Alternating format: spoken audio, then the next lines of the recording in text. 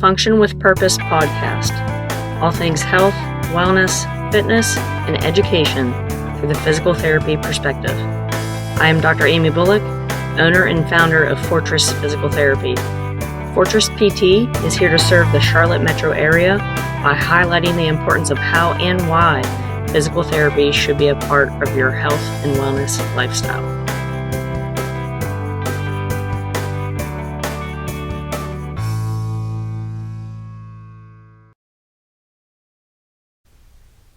Here we go. Welcome to Season 8, Episode 7 of the Function with Purpose podcast.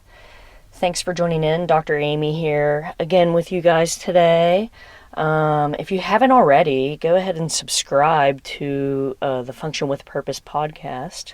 I would greatly appreciate it. And also, again, as a reminder, these podcasts are also uploaded onto the Fortress Physical Therapy YouTube channel. So if for some reason your podcast app isn't working appropriately, you can also just go to YouTube and listen to me while you're driving with coffee in hand. Awesome. Thank you. Cool. Okay, so today's topic. We are flipping back again or continuing to speak about the older adult population. And something that I think is very, very important as well. So today's topic is home safety first. So some considerations for the older adult. So, a lot of us who are kind of, maybe in our 20s, 30s, 40s, even younger, obviously, still have grandparents that are living, right? So when I think of home safety, I always think about like my grandparents and some things that should have been considered during their time here on Earth that would create a more of a safety environment for them, especially if they lived at home alone, or even if grandma and grandpa were still, living together and everything, but overall to create a more security and safety net for them within the home. So kind of stemming off of some previous statistics. So as the adult ages and becomes the quote-unquote older adult, so someone may be in their 70s, 80s, 90s, they are at a major risk for falling and injuring themselves. So having these considerations within the home to create a safety net, but not disabling the patient or the older adult, however, supporting them, right? So some basic things that you may consider for perhaps your parents or your grandparents. I think one of the major things to kind of really hit on, this is a huge pet peeve of mine, and my mother continues to do this, and like I get upset about this. Having throw rugs around the house. One thing, why throw rugs? Like rugs that, when you open the main entrance of the door, there's a rug there, typically, right? No matter if it's a rug on top of carpet or a rug on top of hardwood floors. I will say, rugs on top of carpet is a major, red flag, 911, fall risk.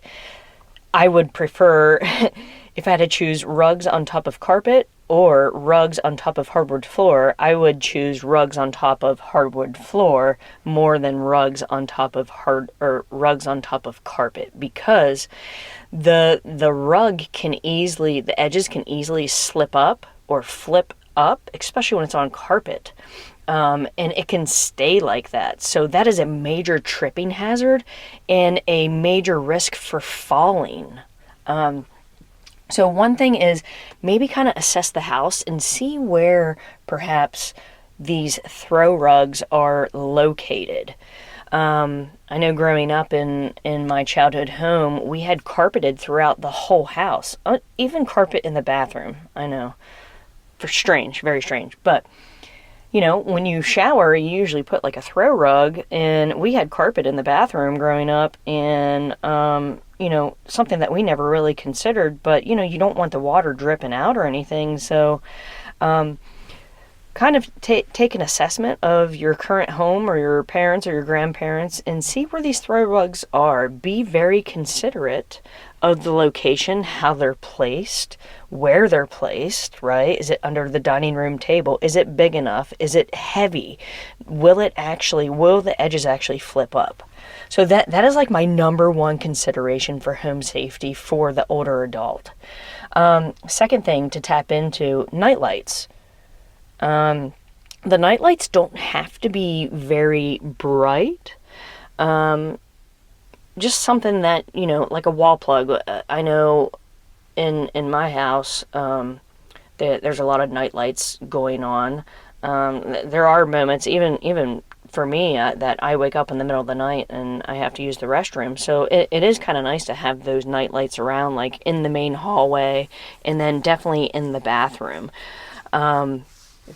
So consider where the nightlight, or like plugging a nightlight into an outlet, should be placed strategically throughout the home. Another thing kind of leading into the bathrooms is, having high toilets. The American Disability Act, I think the minimum lowest height of the toilet is 12 inches from the floor, or it could be 16. I can't remember off the top of my head. Just go ahead and Google that. But that is the minimum threshold to have a toilet height, is somewhere between 12 and 16 inches. So, as one becomes an older adult, having a higher toilet will help that person be able to perform bathroom duties much easier, rather than squatting 12 inches from the floor, right? So that's definitely something to consider, is having higher toilets than normal. And along with toilets too, sometimes you might have an extension from the toilet where they make these like handrails as if you're sitting on a chair, and you can push up from them, and they just go under the toilet seat. So that can be a consideration as well. Again, as I'm talking, it like leads into the next one. So not only having these like handrail setups like on the toilet, they do actually make adaptive equipment for that. But then leading into handrails that are strategically placed specifically in the bathroom. So you might have a cool handrail. It doesn't have to be like the ones that we see in shopping centers when we go to the bathroom. It's like the old school metal handrail, and you're like, oh my gosh, I feel like I'm in a hospital when I'm here. You can get nice contoured looking handrails and strategically place them throughout the home as well. So the handrails, not only having one perhaps next to the toilet station setup, but in the shower. Having handrails on all aspects of the wall in the shower. I know that when my mom got her main bathroom remodeled, her master bath remodeled, I helped her place the handrails in her shower. Now she has a walk-in shower. It's not a tub shower combo, which I highly do not recommend for the older adult to have a tub as their shower, but rather a walk-in with a seat that is an appropriate height and handrails placed throughout. So those are some considerations for the actual shower bathroom area. Night lights for sure, high toilets, handrails that are strategically placed, and leading into the actual step-in shower, having a nice tall sitting area, so that sometimes with maybe it's hard for an adult to stand for prolonged periods. That way they have a high seat to sit on. And then also another thing in the shower stall, having a handheld shower head at times, so that can help as well.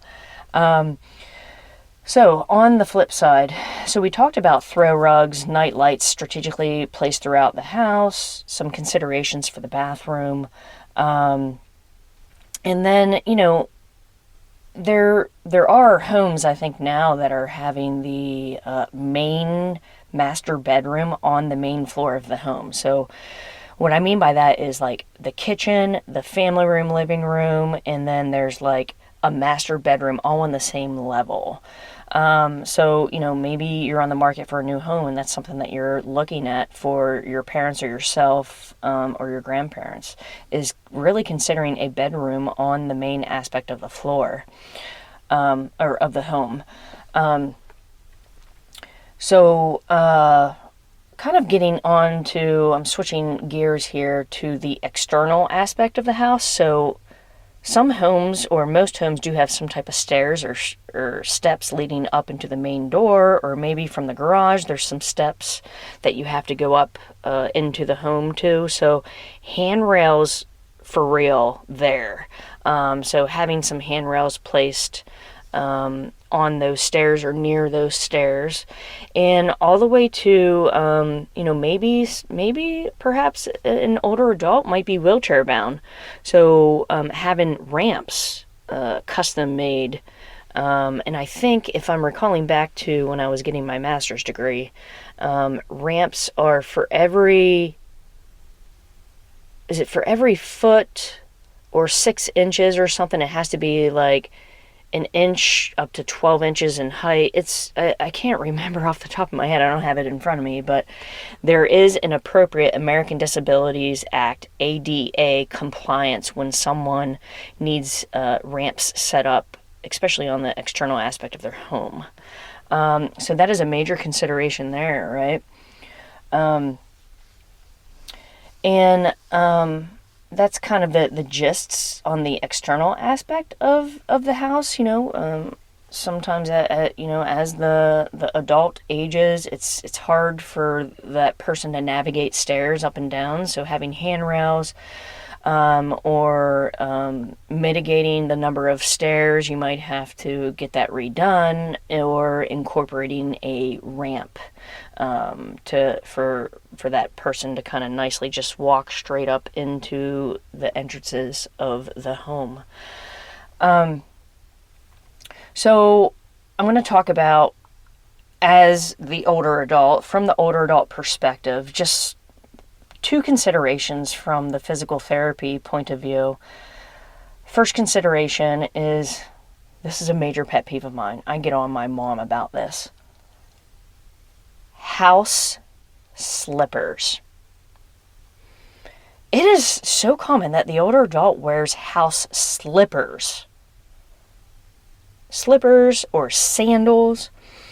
I'm talking some type of shoe wear of some sort where the heel of the foot is exposed and there's no stability created around that foot, right? How easy is it to trip on something? Is it for your slipper or sandal to kind of like fall off your foot, right? Some of us, we're in our 20s, 30s, 40s, 50s, whatever, we walk in sandals, it's easy. Sometimes our foot gets caught, but we're able to balance ourselves. Think of our grandparents. Their balance typically is decreased. Just imagine them wearing house slippers, and they're trying to not let their house slipper fall off of their foot, and guess what? Perhaps they're more prone to falling, i.e. injuring themselves. So let's try to, as an older adult, let's help our older adult population to realize, if we're going to wear some type of home shoe, it needs to be like an actual comfortable shoe. Perhaps no laces. Maybe it's Velcro. Maybe it's more of kind of like a house shoe slipper, but it's it encloses the whole foot, right? So that's going to help us decrease fall risk. And flipping over, this is my last topic. I know today's a little bit longer. So leading into proper shoe wear or footwear when someone's in the home, but also considering maybe perhaps obtaining my mom wears an Apple Watch. Now, I'm not promoted by Apple, but the Apple Watches now can detect if someone falls. And I can attest to this personally, as I wrecked on my bike a couple weeks ago. But when someone falls, that Apple Watch kind of knows, and it sends a signal to the watch indicating, are you okay? Do we need to call 911, SOS? And if you don't respond to that on your watch, guess what? 911 is called. So how cool is that, right?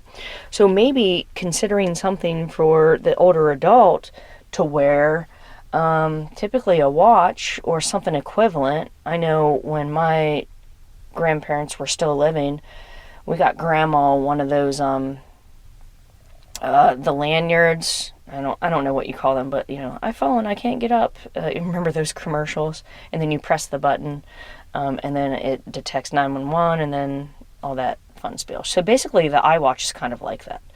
So I would definitely consider that aspect and tracking device and fall risk device to be advisable for the older adult population. So, oh man, I feel out of breath on that one. So just the kind of some home safety first considerations for the older adult, just to summarize: night lights that are strategically placed throughout the home, throw rugs, really trying to avoid a lot of rugs within the home. And if they are, they need to be strategically placed. They need to be big enough. They need to be heavy, so that way the edges can't be tripped upon. Bathroom-wise, high toilets, and then maybe some handle extensions onto the toilets. Handrail placement in the bathroom area as well as the shower area. Even benches that are incorporated into the shower, and even the capability to wheel a wheelchair within the shower. So is the shower stall actually big enough? I didn't mention that earlier. And then getting onto the external aspect of the home, handrails where there are stairs entering and exiting the house. And then perhaps considering ramps, so it's easy for that older adult to enter and exit the house as well. And then the structure of the home, getting back into the inside, right? Is the master bedroom on the main floor? So is the master bedroom on the same floor as the kitchen, living room, etc., right? Because that's where all the action happens, really. You spend most of your time in the kitchen and living room. And then as the actual older adult, from their perspective, shoe wear, proper shoe wear that fits around the whole foot, as well as some type of fall device attached to the individual. So an Apple Watch, I have one, my mom has one. That is a great example. So if you have any comments or thoughts on some other home safety considerations for the older adult, definitely drop it in the comments. And